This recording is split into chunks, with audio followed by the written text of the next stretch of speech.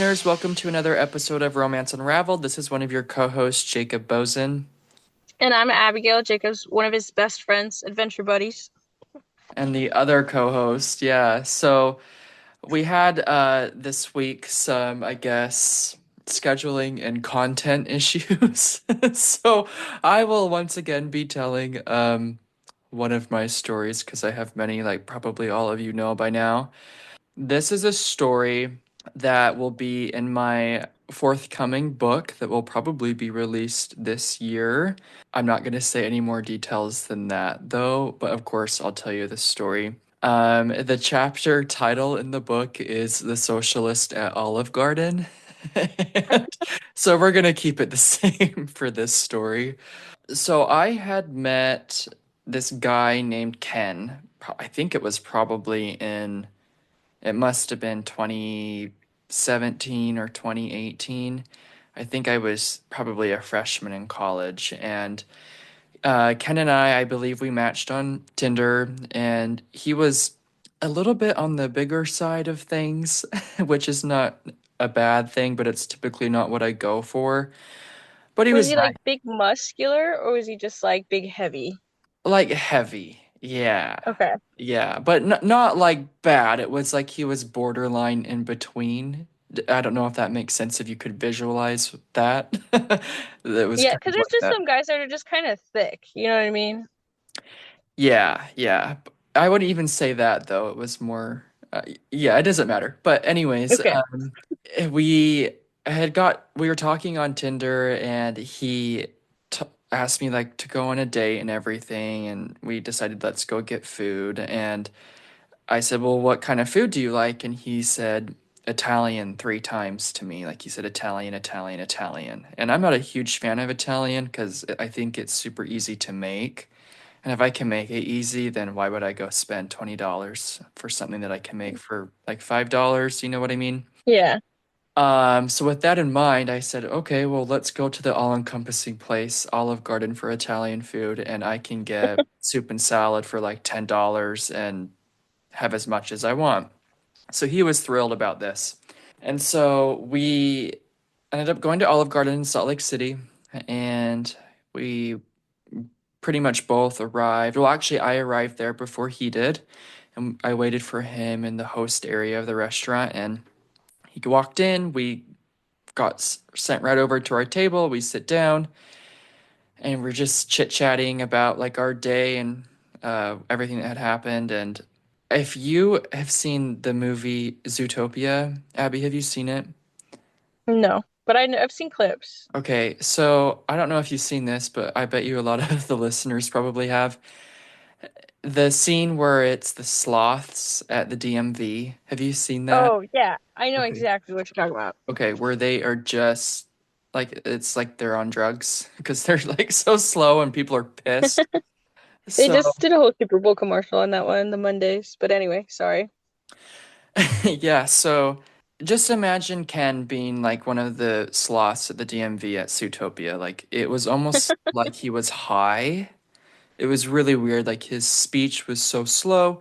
It was like he took like 10 seconds to think about what he was saying before like it was very calculated, but it was slow at the same time. I can be kind of that way as well, but like this was really bad. Do you think you just made him nervous, or have you talked to him in person before? No, I had not talked to him in person before this. First time meeting him. I don't know. I don't really think that I made him nervous. I don't see why I would. Um, but that's besides the point. So we started talking, and he's like, "Oh my gosh, did you see the car with all the bumper stickers in the parking lot?" And I'm thinking, "No, like what?"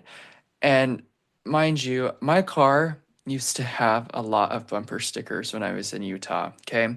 So I had a Britney Spears sticker that said, if Britney Spears can make it through 2007, you can make it through today. I I had I had one that said honk if Britney Spears is your queen. You'd be surprised by how many honks I got. I had an alien sticker. I had a rainbow sticker that said wild card on it. I had an NRA sticker. I had You uh, had the whole spectrum of I had a bunch of stickers there. stuff, and I had another one that was deplorable on it. It said deplorable, and Abby, you know what I mean by that, right? Oh, I do, yeah. Okay, so for our listeners, at this time, I used to be a big Trumpy. I'm not a Trumpy anymore, like not at all. Uh, Britney Spears and Donald Trump were your king and queen for a little bit there. yeah, they were. So yeah, I had this deplorable sticker because Hillary Clinton used to call Trump supporters deplorable. And when I was big into Trump, I was like, I'm gonna have a deplorable sticker on my car. Like I said, I don't support him anymore, so don't come after me. Um, but he said, yeah, there was this deplorable sticker on this car, and he's like railing against it, No, it and was I'm your car. and I'm thinking, oh my God, like I that is my car that he's talking about. He's like, yeah, they had rainbow stickers and deplorable and Britney Spears and the whole thing. And I just was just sitting there like with my eyes wide open thinking he's in for a rude awakening. And so after I guess let him do his little thing about it, I said, well, that's my car. And he's like, "What?" He's like, "You're gay and you have a deplorable sticker?" And I said, yeah, like I'm gay, but I'm not stupid. Like I don't worship the Democratic Party." Like, come on. And I still don't. I still believe that. Like, You're we pretty don't need down to, the middle, I would say. yeah, we Yeah. don't need to worship a political party or a political fi figure. Like, it's ridiculous. And a lot of the gays, they do love the Democratic Party. Like, it's really weird. And I don't. And he he's like, "Well, why do you have a deplorable sticker?" And I was like, "Well, I'm a supporter of the President Trump." And he's like, "Why?" And I gave him my reasons at the time, which wouldn't be the same reasons that I would now, just because I don't So support at him anymore. this point in the meal, have like the entrees even shown up yet? Or is it you're still waiting in the host lobby and you're thinking, damn, I have a whole hour to go still? No, we're at this point, we're at our tables, so like we have like Okay. our soup and breadsticks and whatever. And yeah, so he's like over there self-destructing because he can't believe he's sitting across the like across the table from a gay Trump supporter. And so he's just asking me like, why do you support him? So I was telling him like some of my reasons, and I said, okay, well, if you don't support Trump, then who do you support? And Abby, out of all the people he could support, who do you think he said that he supported? Who I don't would know, you guess? Hillary. Not Hillary, so like this would be like more extreme. Oh, more extreme? Yeah. I have no idea, honestly. Okay, so he was a Bernie Sanders person. Oh, I forgot about him. He was also in the ring in that. Yeah. Yeah, I never and understood that boat, but okay. yeah, and so that didn't sit well with me and it still doesn't. Like I was like, do we need to open a history book and, learn history to determine that that's not a good idea to support? Um, Do you ever just like go along with it and see what they say though? I do like here in DC, I do have some, I guess you could say, socialist friends. In Utah, I do as well. And I'm like very neutral with it. As long as you're not a communist, then then you're kind of good with me. If you're a Yeah. communist, I'm coming after you because that's ridiculous. But yeah, like I've kind of always been like in the I wouldn't say I'm in the middle, but like if you're gonna put it in like how people view it traditionally, I would be in the middle, if that makes sense. Yeah. Like on the true political spectrum, I'm not, but people would say that I am. I'm not. Anyways, so he tells me he's a Bernie Sanders supporter, and we get into the whole thing where asking him, okay, well, defend socialism, defend it. And he couldn't because you can't. And because it's like this world that's like a utopia that doesn't exist and will never exist. And of course, so he couldn't defend this whole thing. And we just stopped looking at each other and just kept to ourselves after this point, just because it was just so awkward. And we knew immediately that it was not, there was nothing to it. Like it wasn't going to last. And then on top of that, like I said, he was this Zootopia sloth who, like, it was just crazy. So annoying. That's pretty good. Yeah. Have you ever like, would you date somebody that's like on the super far right or left side? I wouldn't because whether they're far right or far left, so the far left people, they're more intolerant. They're the most intolerant out of all of them. The far right people are arrogant I and agree. they are just rude. So no, I could not date either of those. If I had to choose, I'm not gonna say actually. I wouldn't choose. I wouldn't date at What? all. But yeah, no, no, like no, thank you. They can go to hell, both of them. Well, at least you were like halfway through the date. Could you imagine at the very beginning, like he walks in, you'd be like, "Huh, the guy with that car." Would you have just walked out, or would you have like ridden it out? I would have written it out just because it would have been a story to tell, like, you know. Yeah. Oh, and I forgot this big point. So we leave the date, we stop talking to each other. It's good. Like, I think at that point we were both like, we're not compatible.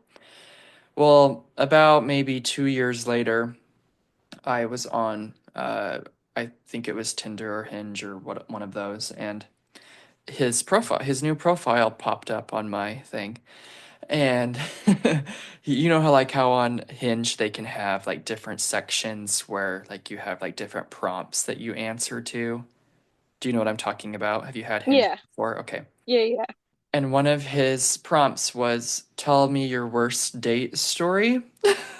Oh my God, you were his worst date story. I was his worst date story, and his thing said a guy had a Trump sticker on his Prius. You are an oxymoron at the moment. Yeah. I guess so, but like I drive my Prius because I get 50 miles to the gallon. Like if it was like a gas guzzler, but I still got 50 miles to the gallon, that doesn't make sense. But even if that was the case, it was blowing out smoke, I'd still drive it because it's 50 miles to the gallon. Like I don't drive it because it's like more environmentally friendly, which I don't believe that's necessarily true either. But I mean, it's like a side thing where I like, okay, Yeah. it's like a benefit. But I go after the miles per gallon. That's what I do. So for And future dates, are you gonna like phone call screen them before you have to sit through an hour-long awkward dinner, or just kind of go in blind still? that's a good question. I think I've done that for a few. I would say probably do it maybe 4 out of 10. Um, I don't know. I just don't really see a point of phone screening. I know that a lot of people do that though. A lot of my friends do, and I don't know, maybe it would be a good thing to do to not waste time. But I don't know. I just have never felt the need to do it. Yeah. No, I always found it good just to know of like how do you talk? Can you talk? Before I have to go sit in an hour of like an awkward dinner conversation that goes nowhere, and you're like, well, this is terrible. Yeah. Yeah, maybe I should do it. Maybe I will start doing that. You can whip out those sensitive questions too without being too open about it. You know what I mean? Just like lead them into it, see where they stand, and be like, yeah, I'm not doing that. Yeah. I mean, on my last dates that I've been on, like we did voice messages, so that kind of counts as the same thing, I guess. No, that is not the same thing because you don't have the back and forth as a phone call does. You know what I mean? Yeah, but I always feel like it's kind of weird, like just cold calling people. Why? I mean, it's always scary the first time, but I don't know. I think it shows like testament of can you communicate? You know what I mean? And if they get scared by picking up a phone, I do not want to date them, that's for sure.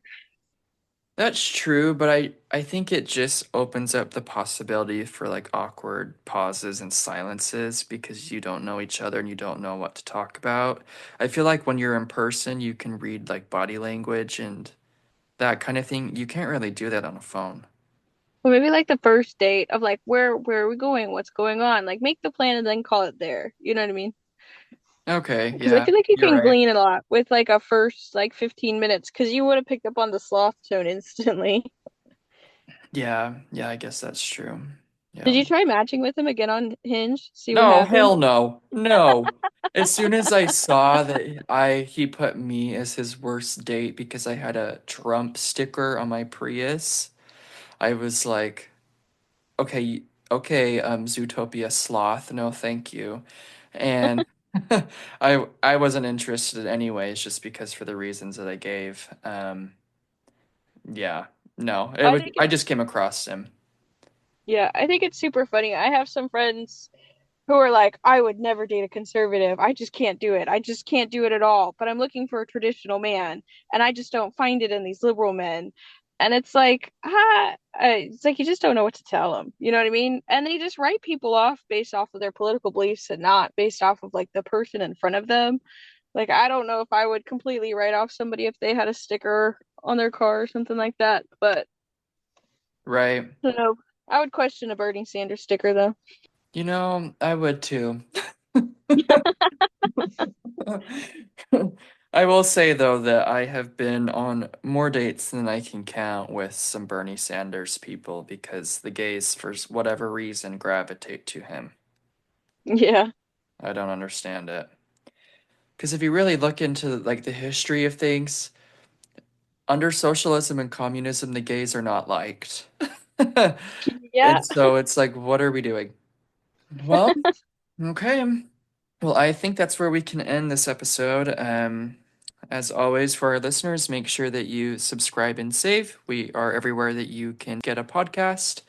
And then we have social media, so you can follow us on Facebook and Instagram at Romance Unraveled. Until next time.